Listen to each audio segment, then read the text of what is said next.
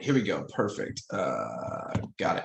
So this is a 10-step sort of questionnaire that I want my guys to not fill out just wantonly on the spot. Like, hey, I'm going to sit here quietly for 2 minutes and you fill this out. This is something I want them to like take home almost as like a homework assignment.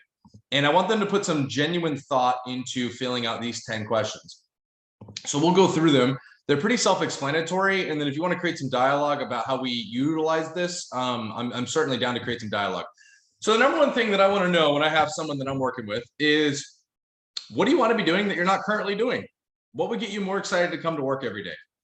You know, what fuels your fire? You know, for some people, it's making sales, making a bunch of money. Some people really get off to like training.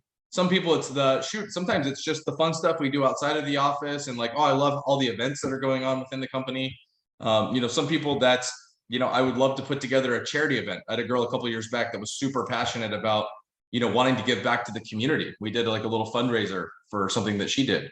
So what's something that you want to be doing that you're not currently doing? All right, we're just kind of brainstorming, spitballing, kind of getting you an idea of what drives you. Number two, what areas do you want to strengthen, develop, or improve? This is also kind of a self-awareness exercise as well. It's kind of getting the guys to reflect on like, hey, what am I good at? Like, what could I be better at? So that, you know, have them jot down what areas they want to strengthen, develop, or improve. Number three, what is most important to you in your life and or your career? What does a successful life or career look like? Kind of getting a gauge or a dipstick on like, you know, how they view their world, what success looks like. I'm always shocked by this. And sometimes it's actually a lot lower than what I see. Like some people, it's like, I've seen like, I just want to make 6 figures. And although that's like a really good goal, but it, you know, sometimes I ask people and they say, you know, I want to make 6 figures. I go, you know what $100,000 is after taxes? It's like 68 grand. You know, go pull up a picture. Let's look at the houses that you want to buy and live in one day. You know, what area of Fort Lauderdale do you want to live in? Let's look at your ideal house. Pull that up. Okay, 1.3 million. Okay, that's the house you want to live in. All right, making 60 grand a year. After your expenses, maybe you save 20. You know, you'll finally at making $100,000 a year. It's going to take you years and years and years and years to be able to afford the kind of house that you want to have. Maybe we should rethink what we need to rethink the house, or we need to rethink what 6 figures is really going to do for you. It's not going to do much. So we're just, you know, creating dialogue there. Number 4, what are the 3 most important things you would like to accomplish right now that would provide you with a deep sense of fulfillment and satisfaction? And that takes some chewing on. They're going to have to kind of just sit there and really think about that. All right. Number 5, what's your action plan to achieve these goals? All right. So far, we're making this all about them. This is all about them. This doesn't have much to do with me as the owner or the person holding them accountable.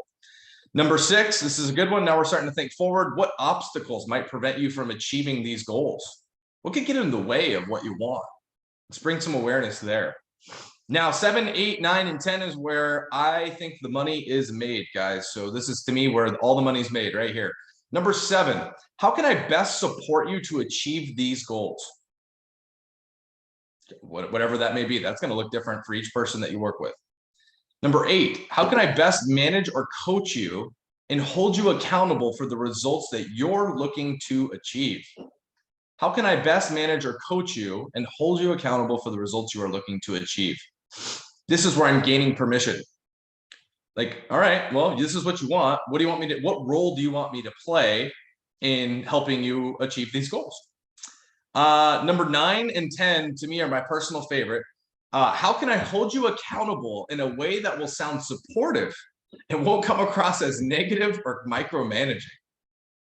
Because a lot of times I think sometimes when we hold guys accountable, they're like, oh man, you know, you don't like me, or, you know, Brennan thinks I'm a jerk, or that, you know, he's an asshole or whatever. And I'm like, oh, no. You told me that, you know, how can I best hold you accountable? You'll see people put it like, coach me like I was in football.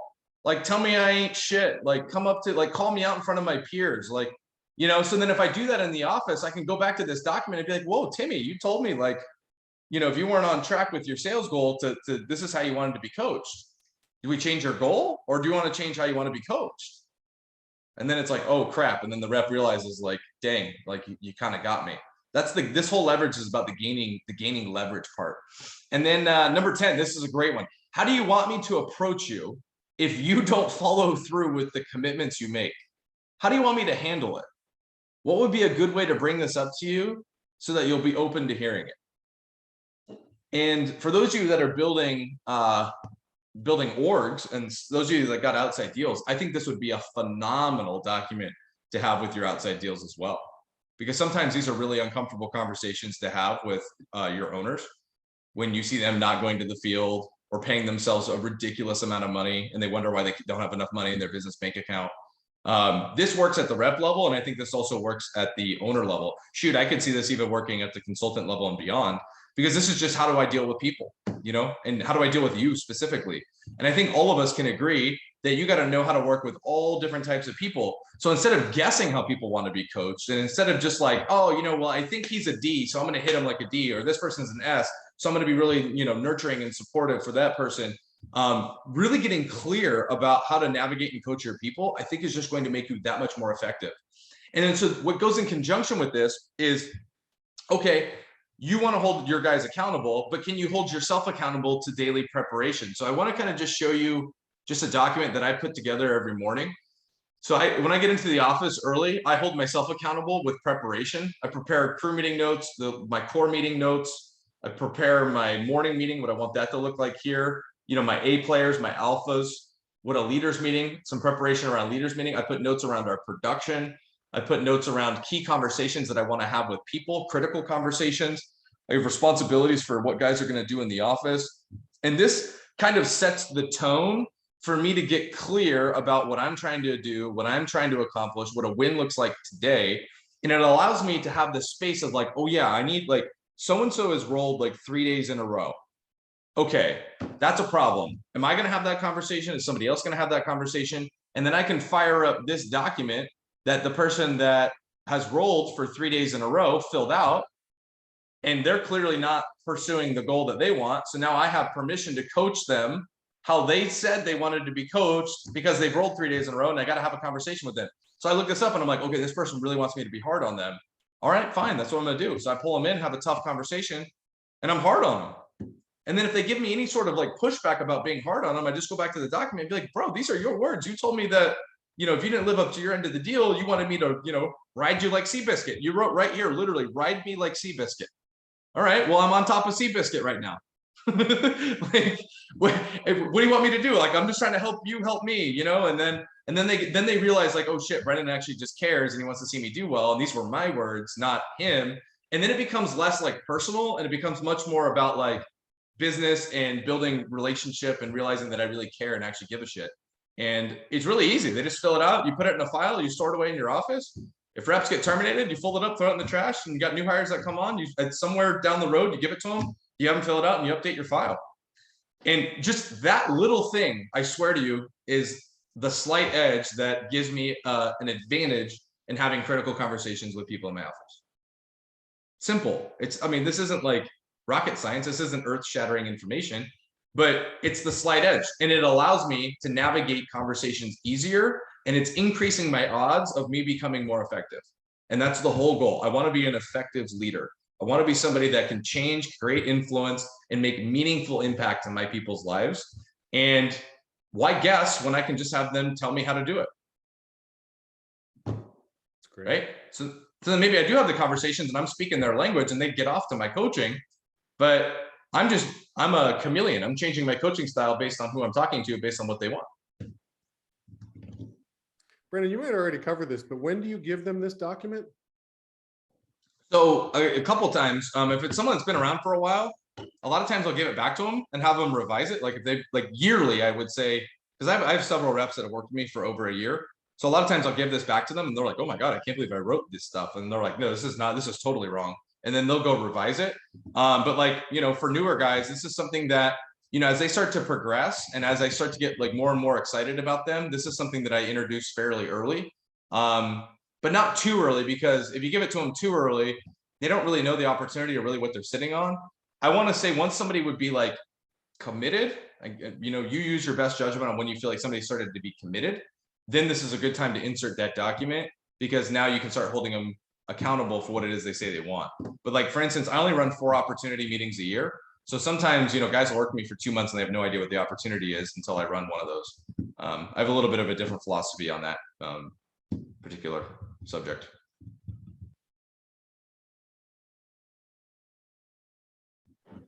That's great. Hey, Brennan, are you teaching this to your senior leaders, this system? Yeah, 1,000%, brother. So for me, like the ultimate goal, I think the whole reason we do this, guys, right, is to make money and have freedom.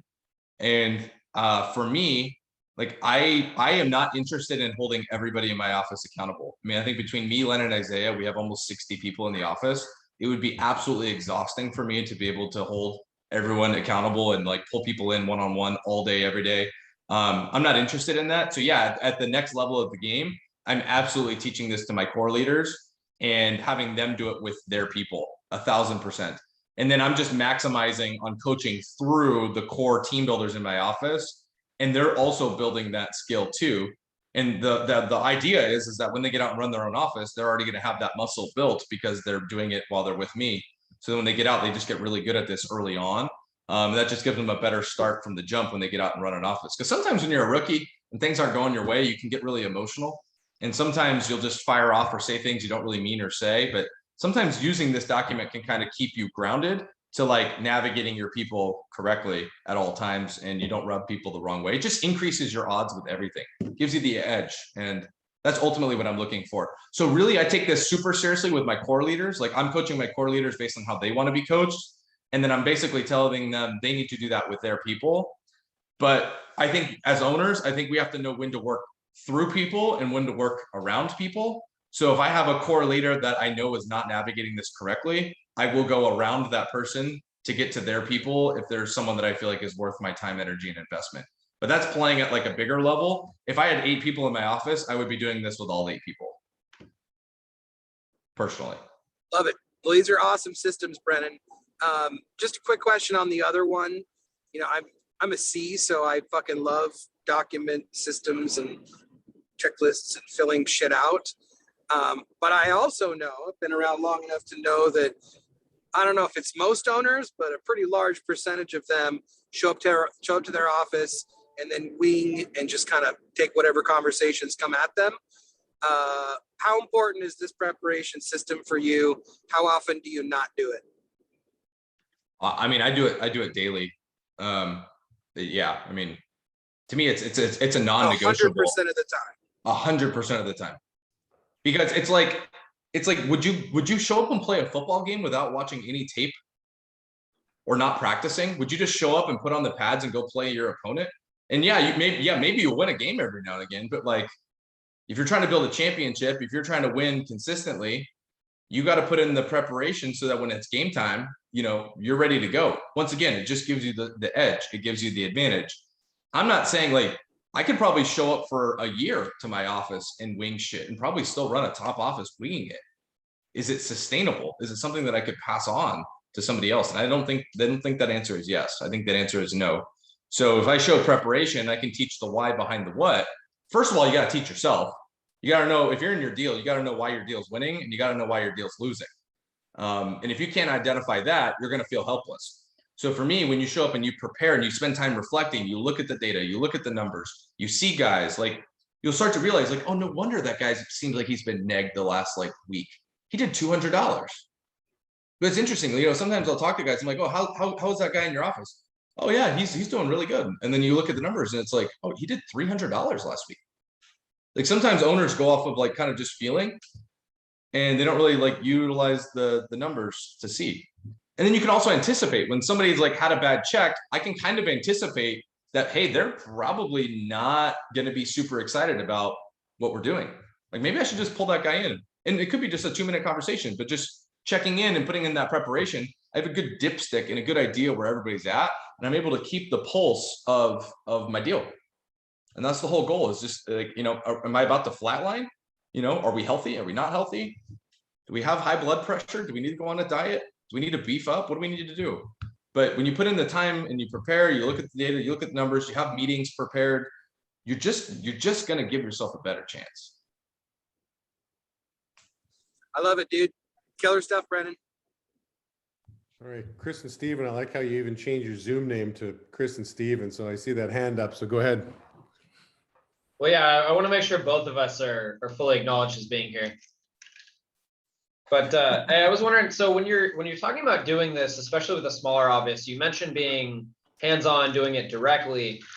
I'm curious how you would handle it if one, are you giving it to your guys, giving them a little bit of time to work on it first, as far as the timeline goes, and then two, what are you doing with people that have no idea? Like if they come back to you and they're like, hey man, I don't know how to be coached. Yeah, then that just tells me a lot about where they're at. And if that were to happen, I've yet to have that happen, but if that were to happen, I'm just like, all right, cool. I just have a sales guy, like whatever next level sort of like, opportunity or building my office around him, they're just way off my radar until further notice. Or then I'll say something like, or I would say something like, yes, cool. So does that give me permission to experiment with you? And they're like, well, I guess, because I don't know how I want to be coached. I'm like, all right, well, I'm going to try everything. So sometimes I'll come up to you, I'll be lovey-dovey. Sometimes I'll be a hard ass. Sometimes I'll be somewhere in between. I guess you'll just be my, my little rodent in the hamster wheel sort of experiment, and we'll see what works for you. And then when you feel like then you hear something you like and you like that, then you can fill this out and come back to me with what you like. I don't know. Yeah, I go right at stuff. I don't like dodging stuff and accepting just kind of like, just kind of, mushiness. And to answer the first part of your question, yeah, I want them to sit on this for like a week or a couple days. Some guys know though, guys that were like athletes, a lot of times will come back and just be like, oh yeah, ride me hard, like be tough on me, call me out. I'm like, all right, cool, minute for it, let's do it. And you said one of the values is some self-awareness. They get some self-awareness. What are the most common, like what does this document do that gives somebody that aha moment, like, oh, I didn't know this about myself? Yeah, I mean, like the what obstacles might prevent you from achieving these goals, I think is a really good one. I think that's number 6 in the little questionnaire there. It forces them to think about, like, because sometimes guys get so sold on the opportunity and they lose the, like, oh shit, I might run into all these problems on the way there. And it's starting to develop a little bit of foresight so that when they do encounter that, it's something that they've anticipated and they're not just sucker punched out of the clear blue sky, especially because our business tends to attract a lot of eyes, and eye personalities are very optimistic, and guys that are optimistic tend to overlook things that could be potentially in the way. And I think that when you bring this document, just helps bring awareness to some of the things that could sucker punch them. And by them just taking, doing a C activity, filling out a worksheet, and just thinking about their goals and what they're after, I think just gives me, once again, just like a little bit of a slight edge with guys that have just a little bit more self-awareness, which means that they can figure shit out a little bit faster than maybe the average rep. They get committed a little bit faster. Maybe they start building a team a little bit faster. Maybe they get to ownership a little bit faster, just because there's little things like this that are, getting them thinking about their goals, creating some self-awareness, and then the ability to hold them accountable. Once again, it's a tool. It's not my end all be all. It's not like it's not like I pull this out religiously and read it every single second of every day. But before I go into a critical conversation with somebody, I want to make sure that I'm navigating myself properly based on what they said they wanted me to do. I'm kind of like a chameleon, I'll adapt based on what they need. Because as a coach, I have multiple tools. I'm like a Swiss Army knife. I can be loving and nurturing and soft and easy, and I can also be really, a tough ass on somebody if I need to be as well, depending on what they want. Are you ever surprised with some of the stuff you see, or you're kind of like, yeah, my gut was kind of telling me that? Yeah, sometimes I would say you got to factor in somewhat of a bullshit factor, because some people will say like they want to be coached really tough, and then you coach them really tough, and then they like totally collapse on themselves and curl up and get really like jaded and isolated, and they stay secluded. At which time I'm like, all right, they clearly don't want to be held accountable this way. So then I'll kind of just remove maybe the ego or the document and be like, look, hey, I know you wrote this, but I can tell you really don't like me coaching you this way. Like, you want to do this again? You want to try this again? And then I'm showing that, like, I'm showing empathy and compassion, and I'm not just like some cold-hearted, cold-blooded person. And a lot of times they'll come back and they'll really rethink it, and they're like, you know what? Yeah, I'm best when I feel loved and supported. And I'm like, all right, cool.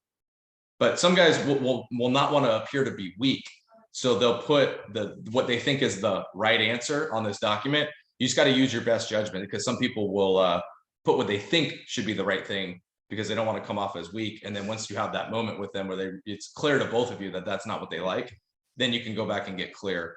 Or, you know, if they're still too stubborn to write it for themselves, I'll just scratch all that stuff out and I'll write my own notes. And then, you know, because now I'm realizing what's more effective to get through to this person. Yeah, another good reason why you don't want to give it out too early. It's not like this is part of your new hire paperwork. This is once they've gotten to know you and you get to know them, then that should probably be as authentic, you know, as possible. Yeah, definitely. And I just think it's once they're committed and once they realize kind of maybe the opportunity they're sitting on and they realize they want to be around and they want to, you know, grow, I think it's a good time to introduce this for sure. That's great. Hey, Brennan, I'm curious, how many, and are there a lot of different variations of answers you've gotten as to how people want to be coached, or is it's like 2 or 3 things? Yeah, I mean, there is like variables to it, but most of the time it falls into the cheerleader camp or the like drill sergeant. And then some of a mix in between.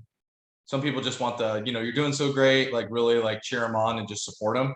And then some people want the like, you know, drill sergeant military sort of style. I find that no one actually wants either one of those. They want a mixture of both. Like even the guys that say treat me like, you know, military drill sergeant also want to be cheered on. And the people that are cheered on also at times need to hear the drill sergeant. So I think the answer is somewhere in between. But this document just gives me permission to coach whatever way they tell me to coach. And then I can spin it back on them and be like, look, man, like you told me this is what you wanted me to do, you know, and then it's like, oh shoot, you know, and now it's not a personal thing. Now it's just like, you know, it's a business thing. Because sometimes when you hold people accountable, they'll, oh, Juanice doesn't like me, you know, blah, blah, blah, you know, Juanice has his favorites. I'm not one of them. And then you get into like the gossip and drama and, you know, people talking and, you know, people quit together, you know, that sort of thing. I'm just trying to avoid all that kind of BS and go right to the heart of the issue. And this really helps get me there. Love it. That's awesome, Brennan. So I'm going to title it permission slip. Yeah, exactly. 100%. Yeah, permission slip. So I forwarded that document. If you guys have questions, obviously, you know, again, nothing, I think the way Brennan even framed it, like, hey, you know, I think we already know this stuff, you know, this is nothing earth shattering, but again, it's a system. I love how when Brennan stumbles across success, build a system around that success. Like success doesn't happen by fluke. There's a reason for it. So I like how he's developed this great coaching system. I mean, I think at the end of the day, that's what we all aspire to be, is just an unbelievable coach where we can, you know, really make an impact in people's lives. So I think that's a great document you have, Brennan. I appreciate you sharing that. And that's it. Everybody